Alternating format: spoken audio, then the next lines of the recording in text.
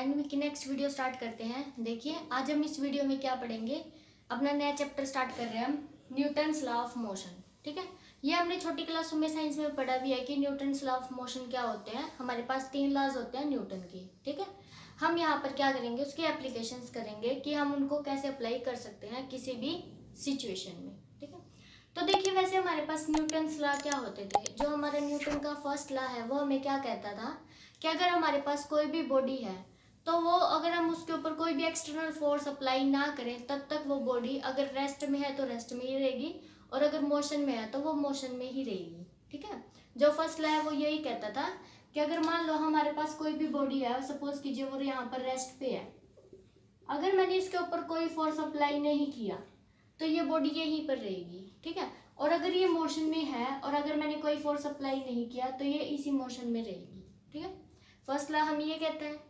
Second law हमें क्या कहता है कि change in momentum is equal to force. ठीक है, dp by dt is equal to force, ये कहता है हमें सेकंड लॉ।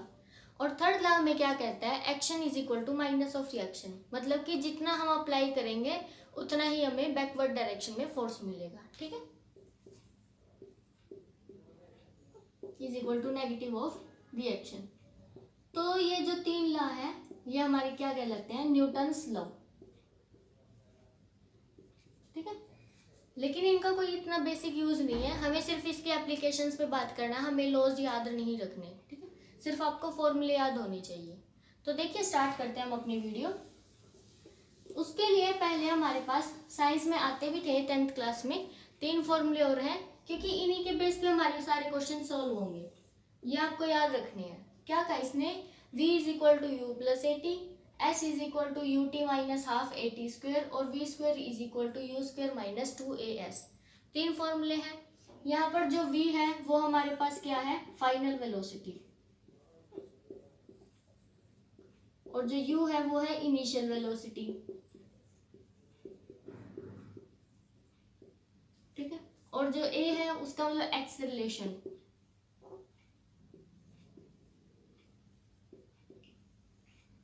t का मतलब टाइम,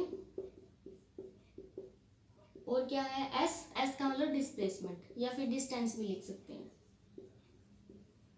ठीक है, तो ये जो सारी चीजें ये आपको याद होनी चाहिए कि यहाँ पर जो v है वो हमारी फाइनल वेलोसिटी है, u इनिशियल है, t टाइम है, a एक्सेलरेशन और s इज द डिस्टेंस। ठीक है, ये आपको फॉर्मूले में लर्न होनी चाहिए। आपको यूनिट्स का बड़ा ध्यान रखना है कि जो ये चैप्टर है इसमें सारे यूनिट्स का ही खेल है। जो भी चीज पूछेगा, जैसे कि इस क्वेश्चन में देखिए फोर्स पूछा है, तो आपको पता होनी चाहिए कि फोर्स की यूनिट्स क्या होती है अकॉर्डिंग टू SI CGS, इनके अकॉर्डिंग। ठीक है, जैसे कि SI यूनिट हमारे पास फोर्स की क्या होती है, न्यूटन, और अगर हम CGS में देखें तो डाइन होती है। तो हमें उसके अकॉर्डिंग देखना है कि हमें ये जो यूनिट्स हैं ये क्या गिवन है और उसके अकॉर्डिंग मेरे को फोर्स की यूनिट क्या लिखनी है। ज़्यादातर स्टूडेंट्स के यूनिट्स में ही मार्क्स कटते हैं क्योंकि फॉर्मूले तो सबको याद होते हैं। ठीक है, तो देखिए स्टार्ट करते हैं हम अपनी वीडियो। हमारा फर्स्ट क्वेश्चन क्या है, a constant force acts on a body of mass 20 ग्राम। हमारे पास क्या गिवन है, एक बॉडी है जिसका मास हमारे पास 20 ग्राम है। ठीक है, मास इज इक्वल टू, देखिए मास कितना है 20 ग्राम। उसके बाद इसने क्या कहा, produces A velocity of 27 centimetre पर सेकेंड। हमें ये नहीं पता कि ये वेलोसिटी कौन सी है, फाइनल है या इनिशियल है। ठीक है, आगे पढ़ते हैं। इन 6 सेकेंड, तो टाइम हमारे पास कितना है, t की वैल्यू हो गई 6 सेकेंड। उसके बाद देखिए इसने क्या कहा, if the body was initially at rest. इसने क्या कहा, स्टार्टिंग में जो बॉडी है वो रेस्ट पे थी, इसका मतलब जो हमारी u की वैल्यू है इनिशियल वेलोसिटी वो 0 हो गई, क्योंकि इसने खुद ही कहा है कि जो स्टार्टिंग में जो बॉडी है वो रेस्ट पे थी। तो ये कौन सी वेलोसिटी होगी, फाइनल वेलोसिटी। तो this is the value of v की वैल्यू है 27 सेंटीमीटर पर सेकेंड। v की वैल्यू हमारे पास कितनी है, 27 सेंटीमीटर पर सेकेंड। ठीक है, अब देखिए हमें फॉर्मूला कौन सा लगाना पड़ेगा। इसने पूछा क्या है, फोर्स। फोर्स का फॉर्मूला क्या होता है, mass into acceleration, F is equal to m into a। ठीक है, हमारे पास क्वेश्चन में देखिए मास तो हमें पता है, तो हम यहाँ पर m की जगह तो 20 लिख देंगे, लेकिन एक्सेलरेशन तो हमें नहीं पता। तो हम क्या करेंगे, एक्सेलरेशन की वैल्यू फाइंड आउट करेंगे with the help of these 3 values. ठीक है, तो हम क्या करेंगे, इन 3 की हेल्प से और इन फॉर्मूले में से देखेंगे कि कौन सा फॉर्मूला लग रहा है। ठीक है, तो ध्यान से देखिए, अब v भी है, u भी है, t भी है, ठीक है। फर्स्ट वाला लग सकता है, यहाँ पर देखिए v u t a की वैल्यू आ जाएगी, और किसी फॉर्मूले की तो जरूरत ही नहीं है। इन दोनों में हमारे पास s है, लेकिन s हमारे पास गिवन नहीं है, ठीक है। तो हम s वाला तो लगा नहीं सकते, तो हम कौन सा लगाएंगे, फर्स्ट। तो v is equal to u plus a t, ठीक है। v की वैल्यू है 27, u की वैल्यू है 0, और a का मतलब a तो हमें पता ही नहीं है, एक्सेलरेशन, और t की वैल्यू 6 है। तो यहाँ से हमारे पास 6a इज इक्वल टू 27 आ गया। तो a की वैल्यू कितनी आ गई, 27/6, ठीक है, ये वैल्यू आ गई। अब हम ये जो a की वैल्यू है ये यहाँ पर पुट कर देंगे, फोर्स की वैल्यू आ जाएगी हमारे पास। तो देखिए force is equal to, acceleration की यूनिट भी लिखनी है आपको, ध्यान से देखना। वेलोसिटी की यूनिट क्या होती है, वेलोसिटी इज इक्वल टू, ऊपर तो हमारे पास डिस्टेंस आता है और नीचे होता है टाइम, ठीक है। जैसे कि सेंटीमीटर पर सेकेंड या फिर मीटर पर सेकेंड, इस टाइप की यूनिट मिलेंगी तो उसका मतलब हो गया वेलोसिटी। और जो एक्सेलरेशन होता है वो क्या होता है, वेलोसिटी का डेरिवेटिव, इसका मतलब वेलोसिटी के बारे में टाइम, तो टाइम का स्क्वायर हो जाएगा अगर मैं एक्सेलरेशन निकालूंगी तो यहाँ पर क्या आ जाएगा, सेंटीमीटर पर सेकेंड स्क्वायर या फिर metre per second square according to the velocity. अब यहाँ पर देखिए जो हमारा क्वेश्चन है उसमें क्या है, सेंटीमीटर पर सेकेंड है वेलोसिटी की वैल्यू, तो एक्सेलरेशन की वैल्यू क्या आएगी, सेंटीमीटर पर सेकेंड स्क्वायर, ठीक है, ये वैल्यू आ गई हमारे पास। अब यहाँ पर f की जगह हम रख देते हैं, मास कितना है 20 और एक्सेलरेशन कितना है 27/6, ठीक है। तो कैंसिल कर देते हैं और कुछ नहीं है, 9 2 10, ठीक है। तो 90, और क्योंकि अब देखिए ध्यान से यहाँ पर सेंटीमीटर है, अगर मीटर होता तो न्यूटन आती, सेंटीमीटर है तो डाइन। तो ये हमारे पास जो फोर्स है इसकी वैल्यू आ गई, फोर्स की वैल्यू कितनी आई है 90 डाइन दिस, ठीक है। तो इस तरह से हमें ये क्वेश्चन अटेम्प्ट करना था। अगर हमारे पास यूनिट चेंज करके देगा तो आपको यहाँ पर यूनिट्स का ध्यान रखना है, ठीक है। न्यूटन भी लिख सकते हैं हम यहाँ पर, लेकिन जब यूनिट हमारे पास क्या होनी चाहिए, मीटर में, या फिर आपको पता होना चाहिए कि मैं डाइन को न्यूटन में कैसे कन्वर्ट कर सकता हूँ या कर सकती हूँ, ठीक है।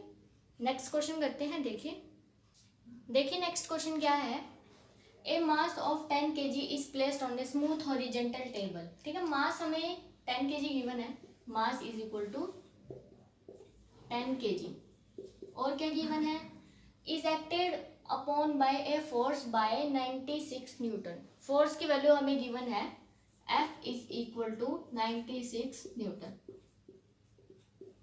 और देखिए फाइंड द डिस्टेंस मूव्ड, हमें मतलब क्या निकालना है, डिस्टेंस, s की वैल्यू फाइंड आउट करनी है by it in 10 seconds, time की वैल्यू गिवन है t is equal to 10 seconds. और ध्यान से देखिए आगे क्या कहा है, फ्रॉम रेस्ट, फ्रॉम रेस्ट का मतलब क्या हो गया, इनिशियल वेलोसिटी 0 है तो u की वैल्यू क्या हो गई 0, ठीक है। अब हमें क्या निकालना है, s की वैल्यू, s के लिए वो हमारे जो लास्ट वाले दो फॉर्मूले थे वही लग सकते हैं। फर्स्ट वाले में क्या था, v is equal to u plus a t, उसमें तो s था ही नहीं, तो फर्स्ट वाला तो हम लगा ही नहीं सकते, ठीक है। अब देखिए फोर्स है, मास है, एक्सेलरेशन इन दोनों से निकल जाएगा, क्योंकि फोर्स का फॉर्मूला क्या होता है, मास इनटू एक्सेलरेशन, ठीक है। तो यहाँ पर देखिए ये न्यूटन में है तो ये केजी में ही होना चाहिए। अगर ये केजी में नहीं दे रखा, मतलब कि अगर ग्राम में दे रखा है, तो पहले हम इसको किलोग्राम में कन्वर्ट करेंगे या फिर इसको डाइन में कन्वर्ट करना पड़ेगा, ये ध्यान रखना। ये तो इसने स्टार्टिंग में बिल्कुल इजी क्वेश्चन दिए हुए हैं, इसलिए हम पहले ये कर रहे हैं, ठीक है। आगे आगे यूनिट्स की हेर फेर करेगा, पहले हमको सबको एक ही उसमें लेके आना स्टैंडर्ड में, ठीक है। अगर सारी न्यूटन्स के अकॉर्डिंग है तो ठीक है, नहीं तो उनको चेंज करना पड़ेगा, या फिर न्यूटन को ही चेंज करना पड़ सकता है इन डाइन, ठीक है। तो देखिए यहाँ पर तो हमारे पास ठीक है, तो हम क्या करेंगे, एफ की जगह 96 पुट कर देंगे, मास की वैल्यू कितनी है 10, एक्सेलरेशन नहीं पता, ए की वैल्यू कितनी आ गई 9.6, ये भी ध्यान रखिए। अब कौन सी यूनिट लगाएंगे, एक्सेलरेशन की लगानी है मीटर पर सेकेंड स्क्वायर। अगर हम यहाँ पर डाइन दिया होता हमें तो हम यहाँ पर सेंटीमीटर लिखते हैं, ठीक है। यहाँ पर क्योंकि न्यूटन है, किलोग्राम है, तो यहाँ पर भी स्टैंडर्ड आएगा metre per second square. Acceleration की वैल्यू आ गई, अब हमारे पास देखिए हम कौन से वाला फॉर्मूला लगाएंगे। जो हमारा थर्ड वाला फॉर्मूला था ना, उसकी वैल्यू क्या थी, s is equal to u t plus half a t square, half a t square. ठीक है, तो यहाँ पर देखिए s की वैल्यू हमें निकालनी है, u की वैल्यू भी पता है, t की वैल्यू भी पता है, a की वैल्यू भी पता है। तो यहाँ पर सिर्फ हमें पुट करनी है और कुछ नहीं है। ठीक है, तो u की वैल्यू 0 है, t की वैल्यू कितनी है 10 प्लस हाफ, a की वैल्यू 9.6 आ गई, और t का मतलब टाइम का स्क्वायर, 10 स्क्वायर 100 हो गया। तो ये तो 0 हो गया हमारे पास, 2 से इसको कैंसिल कर देंगे 50, और देखिए 9.6 मल्टीप्लाई 50, इसको ऐसे लिख देते हैं 10, और इससे कैंसिल हो गया, तो 96 मल्टीप्लाई 5, ये हमारे पास आंसर आ गया। ये किसकी वैल्यू आई है, डिस्टेंस की, और यहाँ पर क्या लगाएंगे हम, metre. This is the value of s। ठीक है, तो इस तरह से हम कोई भी क्वेश्चन सोल्व कर सकते हैं। हमें ये देखना है कि फॉर्मूला कौन सा लगेगा। अब यहाँ पर देखिए, जब भी आपको फोर्स, मास ऐसे गिवन हो तो हम एक्सेलरेशन तो वहां से जरूर निकाल सकते हैं। आप ये जरूर देखिएगा एक बार कि मेरे पास अगर u है, t है, और उसने s की वैल्यू पूछी है, तो हम ये वाला फॉर्मूला लगा सकते हैं। लेकिन ये फॉर्मूला लगाने के लिए हमारे पास पहले क्या होना चाहिए, a, और a तो तभी आएगा जब हम इन दोनों का यूज करेंगे। ठीक है, कोई भी चीज वो क्वेश्चन में एक्स्ट्रा नहीं देगा, कोई ना कोई चीज इसलिए ही देता है ताकि वो आपको कोई नई चीज निकालने में हेल्प करे।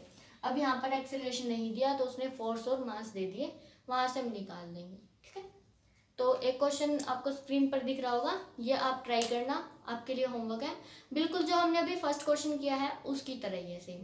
ठीक है, तो आप उसका स्क्रीनशॉट ले लीजिएगा और ये क्वेश्चन करना। ठीक है, अगर कोई भी डाउट हो तो हम उसको नेक्स्ट वीडियो में डिस्कस करेंगे। Thank you for